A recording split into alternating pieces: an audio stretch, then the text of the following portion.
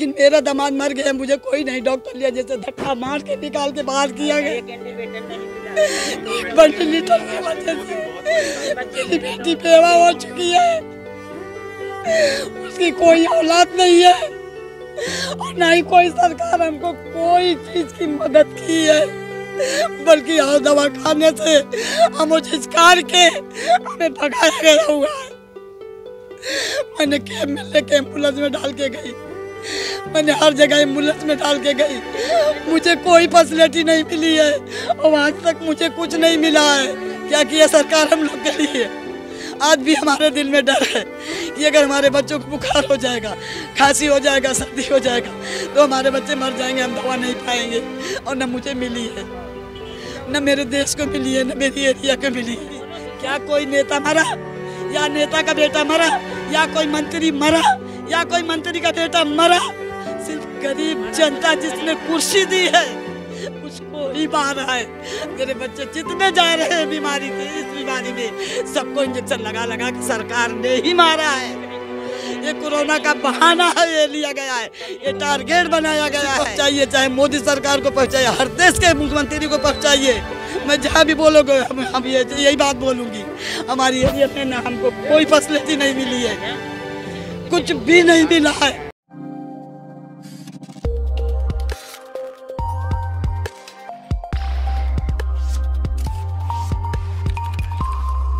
तकरीबन 78 दिन के लॉकडाउन के बाद आखिरकार मुंबई को खोल दिया गया है, इस भरोसे कि जब 50 की संख्या थी तब इसको खोल करके रखा गया था और अनाउंस किया गया कि अब लॉकडाउन होने जा रहा है। और जब लाखों की संख्या में लोग संक्रमण में फंसे हुए हैं, बीमार पड़े हुए हैं, तब इस मुंबई को आत्मनिर्भर के सहारे प्रधानमंत्री जी ने आह्वान कर दिया है कि अब मुंबई को खोला जा रहा है। जहां लाखों लोग कोरोना से बीमार पड़े हुए हैं, वहीं अब इस बात की भी चिंता सता रही है कि जो लोग ठीक ठाक हैं, क्या ये कोरोना संक्रमण का असर उन तक पहुंचेगा। तो यंगिस्तान न्यूज़ पहुंच गया है मुंबई के कुर्ला इलाके में। ये देखिए, ये वो मज़दूरों का इलाका है जहां पे यूपी और बिहार से लोग आते हैं काम करने के लिए। फ़िलहाल यूपी और बिहार के लोग यहां से पलायन कर चुके हैं, खाली कर चुके हैं इस इलाके को, लेकिन जिनके बच्चे हैं छोटे छोटे जो नहीं जा सकते थे, वो अभी भी इस कुर्ला इलाके में हैं। सबसे पहले मैं आप लोगों से पूछना चाहूँगा कि 78 दिन का जो लॉकडाउन था उसमें आपको क्या खोया और क्या पाया आप लोगों ने? मैं 78 दिन का लॉकडाउन जो है उसमें जो तकलीफ़ हम लोग ने जो झेला है, ज़्यादा से ज़्यादा मोहल्ले वालों ने। जैसे कि शुरू में ये हुआ था कि सैनिटाइज़ हो रहा है और केमिकल मारा जा रहा है, जैसे सब मोहल्ले में होता था, सब एरियाज़ में होता था, कंटामिनेटेड एरिया में। पर हमारे मोहल्ले को देखने के लिए कोई नहीं आया, ना कोई बीएमसी वाला आया, ना ही कोई नेता आया, ना नगर सेवक और ना ही कोई एमएलए या एमपी आया। हम लोग वैसे ही परेशान थे, हम लोग एकजुट होके परेशानी को झेलते गए। फिर एक दिन मोहल्ले वालों ने मिलकर सैनिटाइज़ करने का फ़ैसला किया।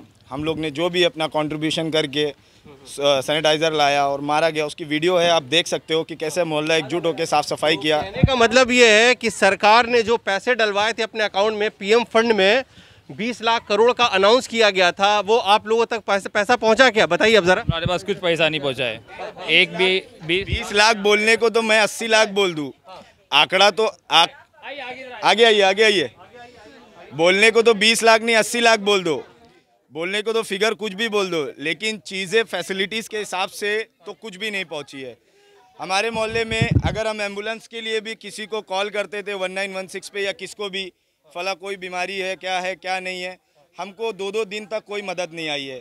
मेरे मोबाइल में आप पॉजिटिव रिपोर्ट्स पेशेंट की देख सकते हो। पेशेंट एकदम परेशान था, पॉजिटिव था। मैं 1916 पे कॉल करके बोल रहा हूँ कि पेशेंट पॉजिटिव है। मुझे सलाह दी जा रही है कि आप पेशेंट को 2 दिन घर पे रखो और घर से दूर रहो। नहीं तो ये दिक्कत ठीक है। मेरा जो सवाल था उस पे मैं कह रहा हूँ 20 लाख करोड़ आपने बाद में अनाउंस किया, लेकिन जो महामारी के टाइम जो फैसिलिटीज़ देना था, जो लोगों तक फैसिलिटीज़ पहुँचनी थी, मेडिकल की, एम्बुलेंस की, डॉक्टर्स की या सर्वे की, स्क्रीनिंग, हमारे मोहल्ले में कोई नहीं जानता स्क्रीनिंग क्या होती है। कोई स्क्रीनिंग नहीं हुई हमारे यहाँ के। कोई खाली बेवकूफ़ बनाया गया है कि आज स्क्रीनिंग होगी, कल होगी। हम लोग ने जब जिस चीज़ के लिए कॉल किया है आज तक कोई फैसिलिटीज़ यहाँ पहुँची नहीं है। और रहा सवाल मज़दूरों का, तो यहाँ जितने हैं सब रोज़ खड्डा खोदो रोज़ पानी पीने वाला हिसाब है। यहाँ सब लोग परेशान आज तक है, अभी तक है। भले बम्बई खुल गई होगी लेकिन यहाँ अभी भी लोग जो है घरों में बैठे हैं। किसी के पास है, किसी के पास नहीं है। जिसके पास है वो भी लही लगा के आगे बढ़ना चाह रहा है, क्योंकि ये लॉकडाउन फिर कब हो जाए ऐसे लोगों के दिल में डर है। लोगों के दिल में ये आशंका है कि ये 10 दिन खोलने के बाद वापस से ये लॉकडाउन शुरू होगा। सिचुएशन कुछ ऐसे ही है महाराष्ट्र मुंबई की कि यहाँ पे पूरे देश से मिला करके सबसे ज़्यादा संक्रमण का डर है, क्योंकि सबसे ज़्यादा कोरोना से पीड़ित लोग इस मुंबई के महाराष्ट्र में हैं। आपसे ये पूछना चाहते हैं कि आप लोग भी यूपी के रहने वाले हैं, बिहार के रहने वाले हैं? जी जी, तो क्या कहना चाहेंगी, मोदी सरकार ने जो आह्वान किया था आप तक जो है मदद पहुंची कि नहीं पहुंची? और अगर नहीं पहुंची है तो अब तो खोल दिया गया है, आपको लगता है कि लोगों पे इसका असर होगा? हाँ बोलिए आप। ठीक है, मैं आपको एक बात बोलना चाहती हूँ।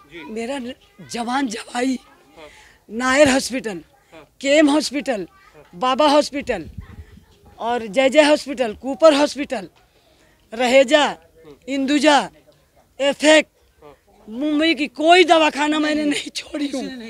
लेकिन साइन में मैं 5 दिन डटी थी।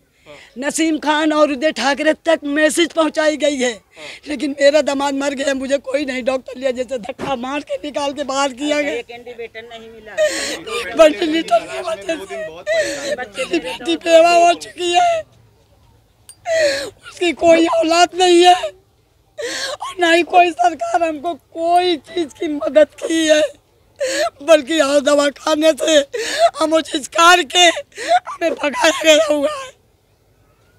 मैंने कैब में लेके एम्बुलेंस में डाल के गई, मैंने हर जगह एम्बुलेंस में डाल के गई, मुझे कोई फैसिलिटी नहीं मिली है और आज तक मुझे कुछ नहीं मिला है। और हम खुद मरीज हैं, हमको दवा नहीं दी जा रही है।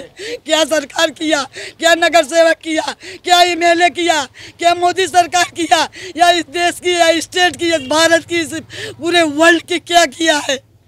हमारी बेटी को विधवा किया है, हर माँ की कोख को उजाड़ा है, कुछ नहीं किया है। हम लोग को कुछ भी नहीं मिला है। कितनी माएँ बे औलाद हो गई, कितनी बीवी बेवा हो चुकी है, उनका सुहाग गुजर गया है। आज पूछे इस माँ के दिल से कि मेरे सब घर में बैठे हुए हैं। मैं हॉस्पिटल में हाथ जोड़ जोड़ के डॉक्टर का पैर पकड़ पकड़ के रोई। उदय ठाकरे तक मेरी मैसेज गई है, मुझे कोई मदद नहीं दिया, कोई मदद नहीं दिया है। मैं सरकार को क्या जानती, क्या किया सरकार हम लोग के लिए? आज भी हमारे दिल में डर है कि अगर हमारे बच्चों को बुखार हो जाएगा, खांसी हो जाएगा, सर्दी हो जाएगा तो हमारे बच्चे मर जाएंगे, हम दवा नहीं पाएंगे।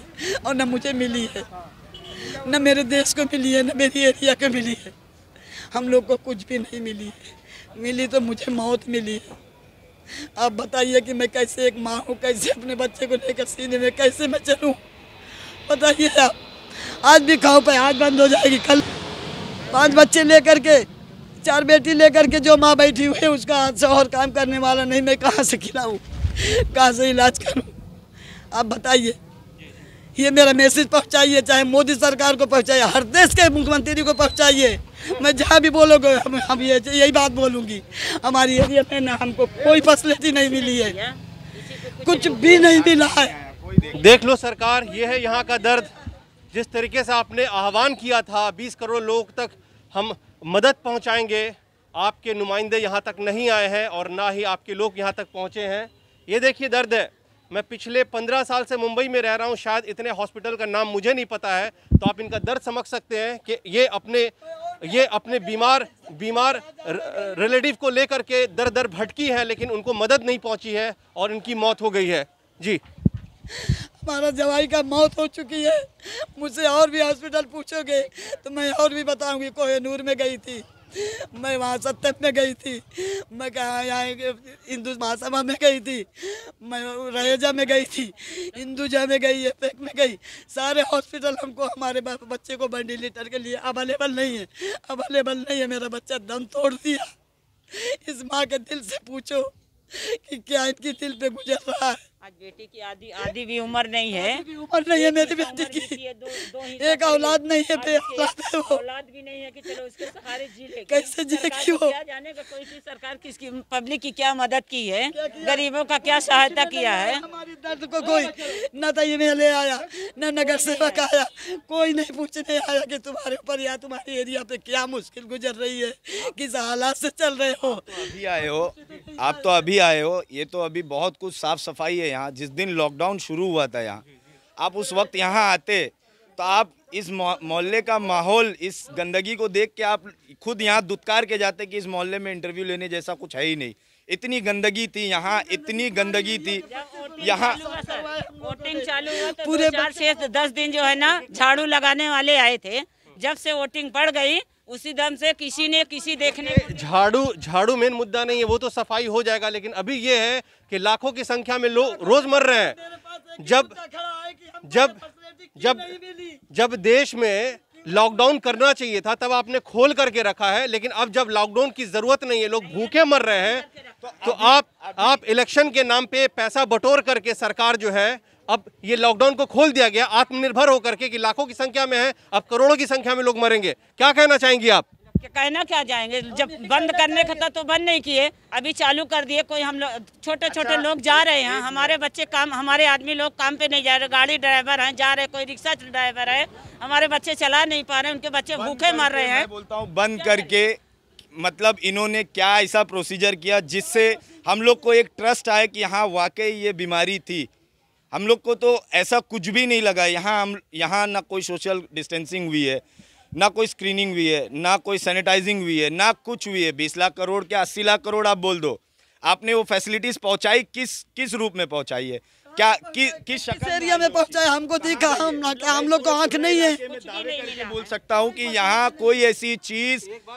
बात बताइए कि जितने भी सभाएं हुई हैं लॉकडाउन के जरिए, पीएम नरेंद्र मोदी ने लोगों को आश्वासन दिया है, लेकिन कल जिस तरीके से 7 तारीख को वर्चुअल रैली की गई है, जिस आदमी ने देश के लोगों को सड़कों पे उतर के एक गिलास पानी नहीं पिलाया है, आज अपने इलेक्शन के लिए उन्होंने बिगुल फूंक दिया है, क्योंकि बिहार में इलेक्शन होने वाले हैं।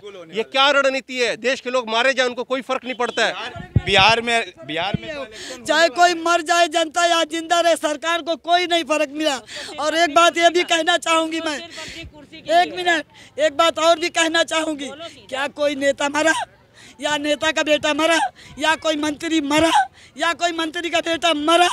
सिर्फ गरीब जनता जिसने कुर्सी दी है उसको ही मारा है। मेरे बच्चे जितने जा रहे हैं बीमारी के, इस बीमारी में सबको इंजेक्शन लगा के सरकार ने ही मारा है। ये कोरोना का बहाना है, ये लिया गया है, ये टारगेट बनाया गया है। हम लोग जैसे गरीब अपने पेट की रोटी कमा के अपने बच्चों को खिलाने वाली औरत आज दर गली हॉस्पिटल में लेके घूम रही है, पैर पकड़ के रो रही डॉक्टर का। हर जगह एक मास्क की बात कहीं मिला हुआ है, हकीकत में एक मास्क तक नहीं यहाँ पहुँचा है। सैनिटाइजर के नाम पे तो यहाँ फिनेल मारा जा रहा था। ये बताइए 3 महीने का वक्त गुजरने वाला है, आप लोग कैसे अपनी रोजी रोटी चला रहे हैं, कैसे घर को चला रहे? अल्लाह देख रहा, अल्लाह पर एक दूसरे का है, दूसरे को दे करके खिला रहे हैं। जिसके पास अल्लाह ने दिया है सबको दे के ले के खा रहे हैं। सब एक दूसरे का, जिसके पास था उसने बंद मुट्ठी सबकी मदद की है, जिसके पास नहीं था सब तक सेवा की है। ये है देश की विडंबना, ये है देश की विडंबना, जहाँ पे प्रधानमंत्री कहते हैं कि हमने लॉकडाउन कर दिया और जो जितना करना था हमने कर दिया, लेकिन ये हकीकत, यही ज़मीनी हकीकत यही है कि किसी के लिए कोई भी मदद नहीं पहुंची। जिस तरीके से हिंदू और मुस्लिम राजनीतिकरण करके वोट का राजनीतिकरण किया जाता है, आज यही वोटर, आज यही लोग हैं जिन्होंने आपको जिता करके आपको सरकार में भेजा था, लेकिन इन तक इस मुसीबत के टाइम में कोई भी मदद नहीं पहुंची है।